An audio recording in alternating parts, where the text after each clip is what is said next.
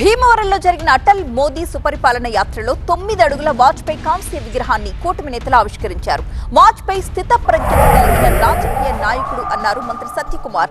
రాజకీయాల్లో అధికారం ముఖ్యం కాదు, నైతిక విలువలే ముఖ్యమని వాజ్పేయి నిరూపించారని కేంద్ర ఉక్కు శాఖ సహాయ మంత్రి శ్రీనివాస్ వర్మ అన్నారు.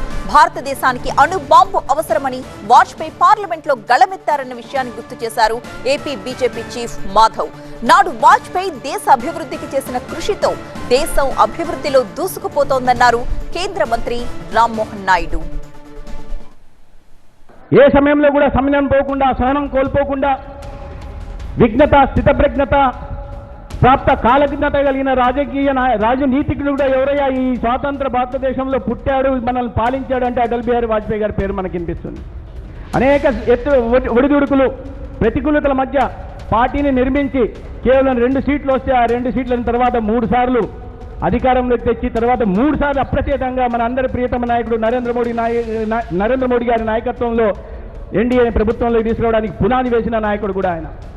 98లో ప్రధానమంత్రిగా రాజీనామా చేయవలసి వచ్చినప్పుడు కాంగ్రెస్ పార్టీ అవలంబించినటువంటి సంకుచిత రాజకీయాల కారణంగా ఒకే ఒక్క ఓటు ఆధారంగా ప్రధానమంత్రి పదవిని త్యజించుకోవాల్సి వచ్చినప్పుడు ఆ ఒక్క ఓటుకి మేము మద్దతునిస్తాము, మేము పార్టీ మారి మీకు మద్దతునిస్తామని అనేక వ్యక్తులు మిద్దుకు వచ్చినప్పుడు కూడా మనం అధికారం కోసం రాలేదు, రాజకీయాల్లో నైతిక విలువలు ఉండాలి అనేటువంటి ఆలోచనతో ఒక్క ఓటు తేడాతో ప్రధానమంత్రి పదవి నుంచి తగ్గించినటువంటి వ్యక్తి అటల్ బిహారీ వాజ్పేయి గారు.